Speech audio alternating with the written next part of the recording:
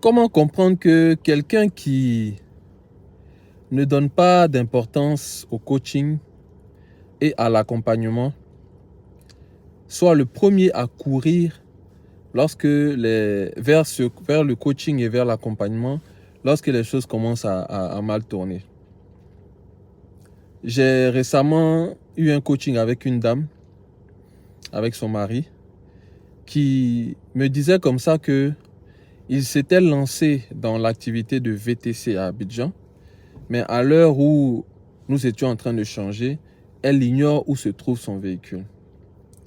Et quand je lui ai demandé si elle avait été accompagnée par une structure dès le départ, ou si elle avait peut-être eu une petite formation sommaire, ou si elle avait quelqu'un même qui faisait ça, à qui elle avait confié le business, elle m'a dit que non. Elle a envoyé le véhicule d'Europe, donc un véhicule de moins de 5 ans, et puis elle a trouvé quelqu'un pour gérer, et puis cette personne a trouvé des chauffeurs. Et je lui ai demandé, donc du coup, elle n'a pas pris de coaching et d'accompagnement, donc elle s'est juste lancée. Moi, j'ai énormément de respect pour ces personnes qui sont prêtes, à, à mettre 7 millions, chiffre hypothétique, dans un business, mais ces personnes ne sont pas prêtes à mettre 35 000, 45 000, 50 000, 100 000 francs CFA dans du coaching, dans de l'accompagnement, dans des livres, dans des documents pour se documenter sur ce business-là. Donc voici des personnes qui n'ont pas voulu dépenser 100 000 francs CFA pour se former, mais qui acceptent de mettre plus de 7 millions, des millions dans un business. Ça, je ne peux pas comprendre. Je n'arrive pas à comprendre. Et quand on dit que l'Africain ne lit pas, je trouve que c'est fondé. Mais au-delà même de la lecture, l'Africain ne donne pas d'intérêt à tout ce qui est documentation. Bien sûr, je parle entre griffes parce qu'il y a beaucoup d'Africains, justement, comme moi, qui vont se former, qui vont lire des livres, qui vont écouter des livres audio, qui vont aller dans des formations, des séminaires et qui vont prendre du coaching pour se préparer au business dans lequel ils veulent se lancer. Une fois même, il y a un monsieur qui m'a laissé un message sur ma chaîne YouTube, et le jeune qui gère la chaîne m'a envoyé le message. C'est quelqu'un qui voulait échanger avec moi pour que je l'aide à installer un business ici. Je crois que c'était un pressing. Et automatiquement, on lui a envoyé un message lui disant que c'est possible d'échanger avec moi. Il y avait une possibilité de pouvoir prendre rendez-vous pour un coaching et tout. Et il a carrément écrit, moi, vos histoires de coaching, je ne suis pas dedans, ou j'en veux pas, ou je ne sais plus quoi. Donc, c'est quelqu'un qui est contre le coaching. Moi, quand je me lance en 2012, j'aurais beaucoup donné pour qu'il y ait une chaîne YouTube ou un contact à moi ici qui acceptait de pouvoir faire tomber les écailles de mes yeux au niveau du business en Côte d'Ivoire. Jusqu'aujourd'hui, 10 ans après, je continue d'apprendre. Il y a tellement de choses à apprendre. C'est tellement complexe et compliqué. Que ce soit les mentalités, le personnel, la façon de voir les choses, la façon de faire les choses, l'exigence même au niveau des tâches. Tous les jours, on apprend. Mais quelqu'un qui va quitter, par exemple, en Espagne ou en France, aux États-Unis ou en Chine, et qui va venir automatiquement et lancer son business, il y a très peu de chances que cette personne-là échoue. Pardon, il y a de fortes chances que cette personne-là échoue. On ne parle même pas de ceux qui restent là-bas et qui ouvrent un business ici. J'ai dit à la dame comme ça, vous avez envoyé le véhicule, est-ce que vous-même vous êtes venu? Elle me dit non. J'ai dit, mais est-ce que au moins vous avez installé un GPS sur le véhicule, au moins pour savoir où le GPS se trouve? Elle me dit non. Je lui ai dit, bon d'accord, ok. Le gérant que vous avez pris, il a pris des chauffeurs. Est-ce que quelqu'un de votre famille connaît où les chauffeurs vivent? Elle me dit non.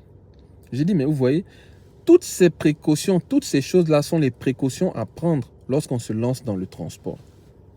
Le djoulatier, il va venir connaître chez toi. Il va saluer ta femme. Il va voir tes meubles, ton fauteuil. Il va voir là où tu vis. Il va voir ta télé. Parce qu'il sait que tu ne peux pas bouger tout ça là en une journée. Si tu as des enfants, même c'est idéal. Ils sont dans les écoles à côté. Tu ne peux pas te déplacer avec eux, aller à Boaké du jour au lendemain. Le Djoulache, c'est ça. Le Djoulache moderne a un GPS. Moi, je suis Djoulache. On a un GPS sur tous nos véhicules. Ça, ce sont des précautions à prendre. Il y a 2 samedis de cela, j'étais en course-poursuite. Course-poursuite, c'est un peu exagéré, mais de 22h à 3h du matin, j'étais en train de poursuivre, on va dire, un chauffeur qui ne voulait pas rendre l'un de nos véhicules. Je dis course-poursuite parce qu'on le localise en GPS. On arrive là où il était. Il est déjà parti. Parce que le truc avec les GPS, c'est qu'il ne peut pas faire suivre la personne en temps réel. Donc si la personne bouge, puisque quand on est sur l'application GPS, il nous dit où la personne se trouve et ensuite on est balancé sur Google Maps et tout ça.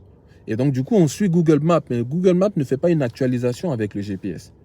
Donc il faut que la voiture soit immobilisée le temps que tu arrives. Si le véhicule bouge, tu es obligé de revenir par la nouvelle position. Donc du coup on a fait plusieurs lieux comme ça avant d'avoir le véhicule. D'où le mot course-poursuite, mais je reconnais que c'est un peu exagéré. Mais j'ai poursuivi mon véhicule pour le récupérer. Tu fais comment si tu n'as pas mis un GPS? Tu fais comment pour savoir si ton véhicule est vraiment toujours à Abidjan et que le chauffeur ne va pas aboîter pour revenir et tout ça et fatiguer encore plus le véhicule? Tu fais comment? Il aurait fallu les coachings à Abidjan, et je ne vais pas parler forcément des miens, ça va de 35 à 50 000 à 70 000 à 80 000. En sacrifiant cette monnaie-là, tu as déjà toutes les astuces pour commencer ton business.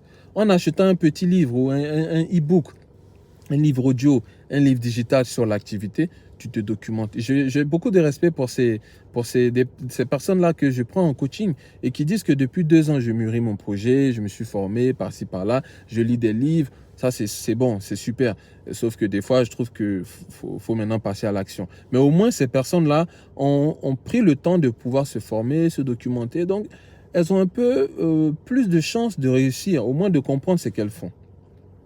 Tu n'aimes pas le coaching, tu méprises le coaching, tu n'aimes pas le coaching, mais par contre, quand tout se gâte, tu cours maintenant vers le coaching. Vous savez, c'est plus facile de faire une mise en place, c'est plus facile de débuter un projet que de le réparer. On a beaucoup de coaching comme ça où des personnes nous appellent en redressement. C'est le mot qu'on a trouvé qui est le plus approprié. Par exemple, quelqu'un qui a ouvert sa ferme tout seul et puis qui rencontre des difficultés avec le personnel, avec les maladies, avec la prophylaxie et qui va nous appeler pour qu'on essaie maintenant de boucher, de colmater les trous. C'est compliqué. Alors que nous, quand tu viens vers nous, quand tu nous approches, dans un premier temps, on te parle d'abord de formation. Une fois que tu es formé, on fait une prospection sur ton site pour voir si ton site est approprié pour l'activité que tu veux faire ou pas, ou s'il y a des amendements à faire, ou si carrément il faut changer de site parce qu'on ne peut rien faire pour celui-là. Ok? Donc, il y a ça. Donc, on te forme, on fait une prospection. Ensuite, on fait la mise en place de ton business. On a des structures, on a des écoles avec lesquelles on a des partenariats de stagiaires qui vont nous envoyer des stagiaires qui sont qualifiés, qui ont besoin de faire un BTS, qui ont besoin de faire une formation, qui ont besoin de faire un stage pour valider leur BTS. Et puis, on va prendre un gérant qui peut être dans ton entourage, un parent ou quelqu'un qu'on pourra responsabiliser pour pouvoir veiller sur l'activité. Donc là, on est en train de monter le business pour toi. Et puis, idéalement pour nous, c'est que tu sois sur place. Parce que nous, notre objectif, ce n'est pas de courir de ferme à ferme, tout se jouer les super gérants et puis après être face à une mauvaise gérance parce qu'on ne peut pas être partout en même temps. Mais si tu es en Europe, au moins ton business, il a bien commencé. Au moins les bases sont là, au moins c'est solide. Mais lorsque tu veux commencer, la plupart des personnes qui ont pris du coaching 1 heure, une première séance par exemple de 30 minutes, une première séance de 30 minutes, et après ont préféré continuer seuls, sont revenus prendre du coaching pour qu'on leur donne des idées pour redresser leur business. Mais quel est le but de la manœuvre? Tu aurais pu te lancer directement avec nous. Mais parce que tu avais peur de nos commissions, tu avais peur de nos marges, tu avais peur de dépenser un peu plus. Parce qu'évidemment, quand tu fais appel à une structure, forcément, la structure, elle a sa marge bénéficiaire qu'elle va ajouter logiquement. Évidemment, j'ai envie de dire. Donc, du coup, les porteurs de projets ont peur de ça. Ils préfèrent aller vers des coûts nets. C'est-à-dire qu'eux-mêmes, ils vont acheter leurs trucs, eux-mêmes, ils vont faire leur mise en place. Nous, on n'a pas de souci avec ça. Nous, notre objectif, c'est d'aider celui qui a besoin d'aide. Pas de venir prendre de l'argent à quelqu'un qui peut s'en sortir tout seul. Donc, ils prennent du coaching. Et puis après, quand on leur propose de continuer avec eux, ils décident de continuer seuls, super. Mais après, ils reprennent encore du coaching. Tiens, mon technicien, le taux de mortalité, c'est ça. Ou le technicien, il y a des produits qui, il me dit qu'ils sont morts, les poulets sont morts. Je ne sais pas pourquoi ils sont morts. Maintenant, tu as besoin de nos techniques de surveillance. Pourtant, on aurait pu te les donner en t'accompagnant. Voilà. Donc, j'ai envie de dire que si tu n'as pas besoin de coaching pour te lancer, n'aie pas besoin de coaching quand les choses vont mal. Débrouille-toi seul. Parce que nous, ça ne nous intéresse vraiment pas, alors pas du tout, de venir faire des redressements compliqués. On ne peut pas venir parler à un technicien qu'on n'a pas recruté. Quelle est notre légitimité à venir lui parler?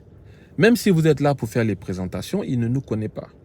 Plusieurs fois comme ça, on a voulu se rendre sur des sites en redressement, on n'est pas bien accueillis. Parce qu'on n'était pas là au début, donc on ne nous connaît pas en fait.